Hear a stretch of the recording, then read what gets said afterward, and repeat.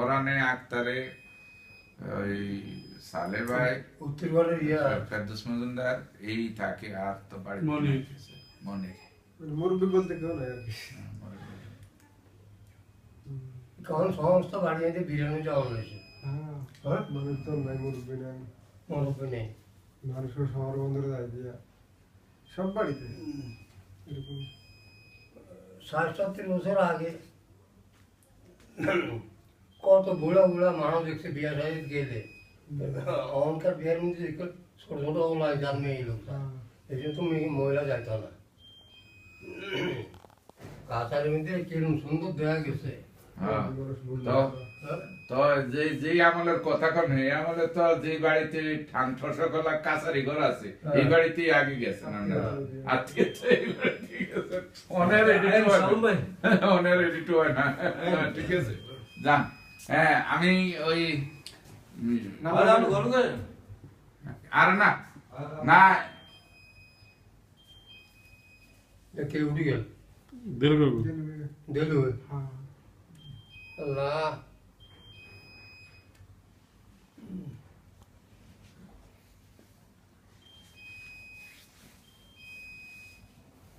আল্লাহ সবাই লো কিরে খাস না আরে খাবি না এটি খাইলে তোর চেহারা ফর্স হয়ে যাবে খা ও যত বেশি কমলা মালটা যত বেশি খাবি কালার চেঞ্জ হয়ে যাবে হ্যাঁ খা খা জাহাঙ্গীর তুই এত টেনশন করস কি লেগে ক হ্যাঁ কত বলছিল ওদের মন থেকে আর আনে যে না ওদের মন মধ্যে আইয়ে মন মনে এগুলো লেগে গেছে।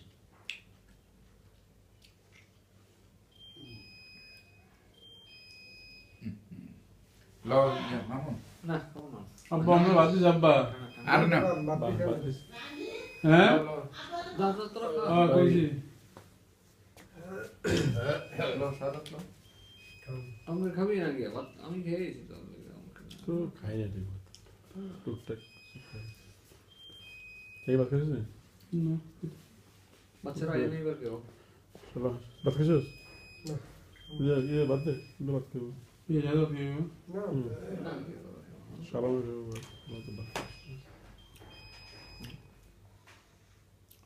কই বাচ্চারা কেউ মানুষ নাই বাচ্চাদের এখন তো ওই স্কুলটা তো ওই আরো আগে গেছে বোধহয় ছুটি ছুটি গেছে সংবাদ সমারে গেছে এটা বন্ধুরে পুরো দিমাগ কমা থাকে। জুন জুলাই ওই যে জুনের শেষের দিকে 26 তারিখের দিকে ক্লোজ হয় স্কুল শেষ হয় আর কি 1 মাস ছুটি থাকে বলো 9 মাস হ্যাঁ 9 মাস 8 মাস জুলাই আগস্ট পুরা তো তাই তো আর প্রতি বছর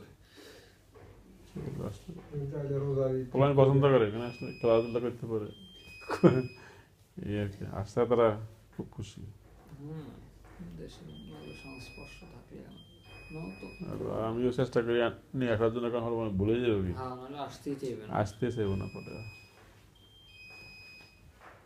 প্রতি বছর তো হলো মোটামুটি। হ্যাঁ আমিও আসি এই কারণে কারণ এরা পরে এখন যদি দেশে না আসে পরে মনে করেন আমি তো আজীবন কালে মরে যাবো এরপর আর আইতো না এবার আইব না না। আগরে চিনব না আইব না এই জন্য আমি এখন আইতে তো মায়া লেগে যাবে, মায়া লাগে যাবো লোকজন চিনবে দেখবে চিনবে। হ্যাঁ তো এই জন্য আমি নিয়ে আসি শিকড় শিকড় একটা জিনিস সবসময় এটা তাজা রাখার চেষ্টা করবি কারণ হচ্ছে মনে কর তোর সন্তানরা আসলো না তার সন্তানেরা এক সময় যে আমার পূর্বপুরুষ কোথায় ছিল কারো না কারো মনে একটা হিট করিয়ে লাগবে তখন সে শিকড়ের খোঁজ করবে দেখো ব্রেড খুব কম সংখ্যক ফলা হয় না পরে এই দেশমুখী হবে ওরা আসবে না। এই যারা এরকম নিয়মিত আসে বছরে বছরে হয়তো এদের কিছু এই তো আমি আসি কেন মনে করো আমি আসি এই কারণে যেহেতু এই এলাকার সবার আমি মিস করি আর এরা তো মিস করবো না কারণ এরা তো থাকে ওখানে ওখানে বন্ধু বান্ধব সবকিছু ওখানে মিস করার কিছু নাই নেক্সট জেনারেশন আসার কোনো তাদের জন্ম এখানে না তারা এখন তো- যদি আসে একমাত্র আব্বুর বাড়ি দেখে আসি। হ্যাঁ ফাদার্স এই জন্য আসবে আসার কোনো কারণ নেই।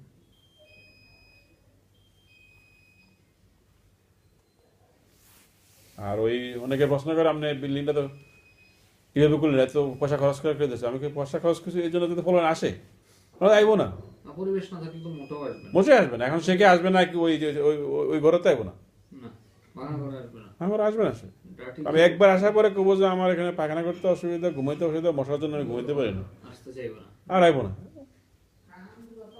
এই জন্য একদিন এই জন্য আমার পয়সা করার পিছনে কারণ রইল এটাই, আর কোনো কারণ নেই।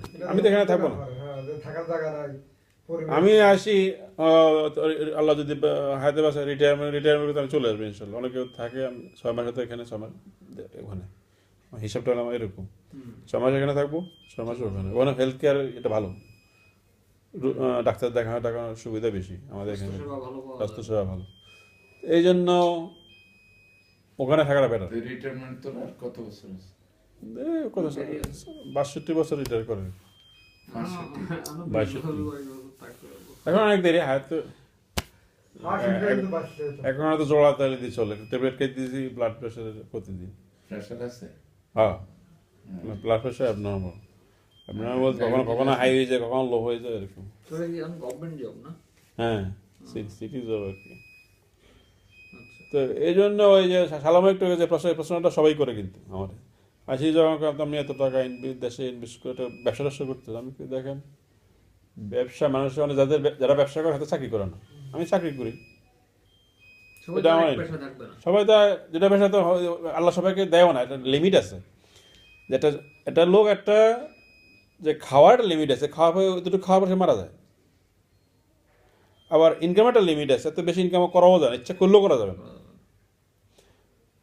তো ব্যবসা সবার জন্য, যে ব্যবসা করতেছে তা এটার উপরে চলে সংসার খরচ। আমি চাকরি করি, আমার চাকরি আমার এটার উপরে চলে। সবার রিজিক একসাথে না। যে ডাক্তারি করে সে ডাক্তারি করে। এখন হইতে পারে এক্সেপশন, যে ডাক্তারের ক্ষেত্রে ব্যবসাও আছে, আল্লাহ তাকে ওইভাবে দিচ্ছে। আমি চেষ্টা করলাম, ব্যবসা ওপেন করার চেষ্টা করছি, পারি নাই, হয় নাই, আল্লাহ চায় না। এত অসুস্থ, না, হ্যাঁ। এত অসুস্থ হয় যে 10 বছর। তারা তো একরকম ব্যবসার লাইনে হ্যাঁ, ইন করাইছি আমি, ইন করাইছি ওখানে ব্যবসায় এস্টাবলিশ করার চিন্তা ভাবনা আমার ছিল। তখন আমার এই এত বিলাসবহুল বাড়ির পুরো চিন্তাও ছিল না।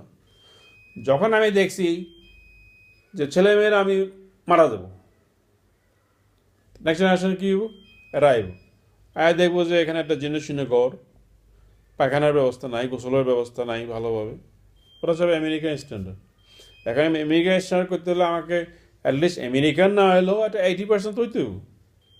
এসে যদি দেখে যে আমার গোসলের ব্যবস্থা ভালো না, আমার এই কী খাওয়ার অসুবিধা, এরা একবার আসার পর আর করবেন না বাংলাদেশ ভালো না। আমার ছেলে প্রথমবার আসছে, এসে বললো যে দেশে মশা। আমি বলতো আমার ওয়াইফ, তুমি কই নিচ্ছ, তুমি বাসায় বেশি থাকছো এই জন্য মশা, কারণ ওখানে আশেপাশে গড়কন্দ গাছে মশা আসে। আমার বাড়িতে তো মশা কম, মশা থাকলেও সেখানে স্প্রে আছে অথবা কয়েল আছে। এখন তুমি এভাবে না, আমি এই জন্য আমার ওয়াইফের সাথে ঝগড়া হয়েছে এটা নিয়ে। তুমি এটা ব্যাড এক্সপিরিয়েন্স দিতে গেলে কেন বাচ্চাদের, হয়তো কান্নাকাটি। আমি তোমাকে ছোটো করার জন্য বলতেছি না, তোমার ফ্যামিলিকে, কিন্তু প্রশ্ন হলো এটা রিয়েলিটি, বুঝতে চেষ্টা করো। এটা যাবে না, একটা কমপ্লেন ফেক কাদা, ওই মশা স্কুলে যাবে বলবে বাংলাদেশে আমি যাবো না, যে বাংলাদেশের মশাতে জায়গা তো বাংলাদেশ সম্পর্কে একটা আইডিয়া হলো, মানুষের আইডিয়া রিয়েল ফ্যাক্ট। বাচ্চারা তো এগুলাই হ্যাঁ, এগুলো ওরা আমাদের দেশের ছেলেমেয়েরা যেরকম ওদেশের ছেলে বাচ্চারা ডিফারেন্ট, ওরা সহজে সব কিছু বলি ফেলায়, কোনটা ভালো লাগে কোনটা ভালো লাগে না ডাইরেক্ট বলি ফেলে।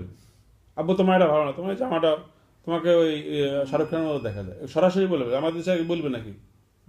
বলবে না। ওদের সব বাচ্চাদের ফ্রিডমটা বেশি, ওরা বাক্সাতে ছেলেমেয়েরা ওইভাবে তৈরি করে,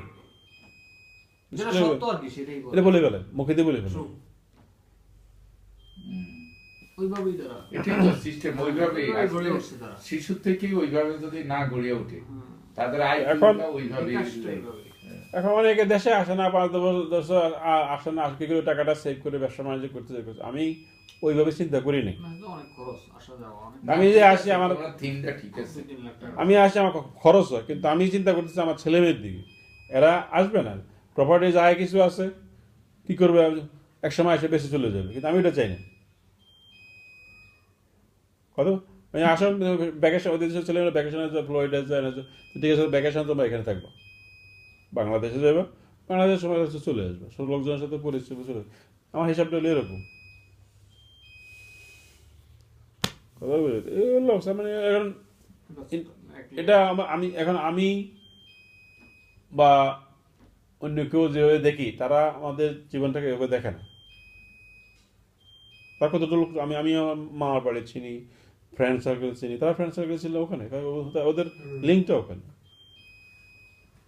ফিলিং ওদিকে টানবে রে। কারণ ওরা বেশি থাকে তাহলে একটু ইয়ে হবে। তো এরকম অবস্থা আর কি। ওই অনেক সময় চিন্তা করি আর কি, চিন্তা কিছু করার না, কারণ বাস্তবতাটাই হইল মেনে নিতে হবে। মেনে নিতে হবে। সেটা ভালো। আসলে নিয়মিত। একটা জেনারেশন কিন্তু একটা বিরাট বিপর্যয় আসতে, আমি জানি এটা আসতেছে, কিন্তু কিছু করার নেই আমার, রোখা যাবে না। কিছু করার নেই। Next generation। ওরা তো ওদের জেনারেশন, আমার ছেলে হয়তো জানলো, নেক্সট জেনারেশন কি হবে? এখন তোরা যারা মনে কর এই জেনারেশন ওখানে আসোস, পরের জেনারেশন তো এই দেশের কালচার যেগুলি বলে যে না, স্বাভাবিক। আমার ছেলে মেয়েরা এখন বাংলা বলতে কষ্ট হয়, বাংলা পারে না। বাংলা পারে না কেন? ওরা যখন এখান থেকে গেছে, আমার মেয়েরা যখন থেকে গেছে, ওরা স্কুলের থেকে কমপ্লেন আসছে যে ও তো ইংলিশ পারে না। আমি বাসা বাংলা বলতাম, আমার ওয়াইফকে বললাম এখন তুমি ইংরেজি ইংরেজি বলো। আমি চাই না যে টিচাররা কমপ্লেন করুক। তো এটা করতে যায়, পরে দেখা গেছে কি বাংলায় বলে বাংলায় গেছে। তো এখন কি হিসেবে করে না ওটা? কালচার শেষ। আচ্ছা, এই গেল, বাংলা গেল, ঠিক আছে। বাংলা যাওয়ার পরে কি এই জেনারেশন, ও দাদুকে দেখছে, ওরা আসছে দেশে আছে, নেক্সট জেনারেশন ওদের ছেলে মেয়ের কি হবে? বাংলাদেশে কাউকে চিনে না, তো ফলে ওরা কি করবে? কোনোদিনই আসবে না। তো যে এই জিনিসটা আসতেছে, হ্যাঁ, এটাই আমি কবে জানি এই তো এটা তো অনেকে এভাবে চিন্তা করে না, গোষ্ঠী এটা আমেরিকা, বাংলাদেশ। চিন্তা করে না অনেকে। ওই সংস্কৃতিরা ভুলে যাবে। আমার মনে হয় আপনি এগুলো কেন কি করতে দেশে এগুলো রাখছে, এগুলো সব বিক্রি করে নিয়ে আসে, আমি কি বলেন? আমি যতদিন আছেন তত না। তো একসময় তো আসবে, সিচুয়েশন আসবে, নেক্সট জেনারেশন আমার যা কিছু আছে এগুলো বিক্রি করে চলে যাবে, দেখেন। স্টিকার লাগাইলে সুবিধা আছে, মোবাইল হারাই টারাই গেলে আমার পাওয়া হ্যাঁ। যাবে না। জেনারেশন এটা বাস্তবতা, চল। এখানে কোনো ইয়ে নেই। অনেকে আমি আমি আমি আমার কথা থ করেছে, আমি কিন্তু দেখেন এটাই আপনি চিন্তা করে দেখেন। রোড কোথায়? আপনি তো চিন্তা করতেছেন, এখন আমি চিন্তা করতেছি 20-30 বছর পর কি হচ্ছে, সবচেয়ে বড় কথা আমার শিকড়। ঘটনাটা হবে এটা। আমি এই জন্য জাহাঙ্গীরে বলতেছি, জাহাঙ্গীর ভালো হয়ে যা, চেষ্টা কর। মানে এই যে এখন আমি একটা উদাহরণ দিলাম, আমার এখানে সামনে প্রতিবন্ধকতা আছে, এখানে এটা ক্রস করতে হলে আমার চাকরি যেতে হবে। তোর যে প্রতিবন্ধকতা আছে এটাকে অতিক্রম করে চাইতে হবে সামনে, নাহলে তুই টিকতে পারবি না। মানে তারে কি সাইন্টিফিক দেখাইছে নি তারে? তার সমস্যাগুলো আলাদা, সাইন্টিফিক দেখাইছে। এখন আমি সে তার সমস্যা যে হালকা,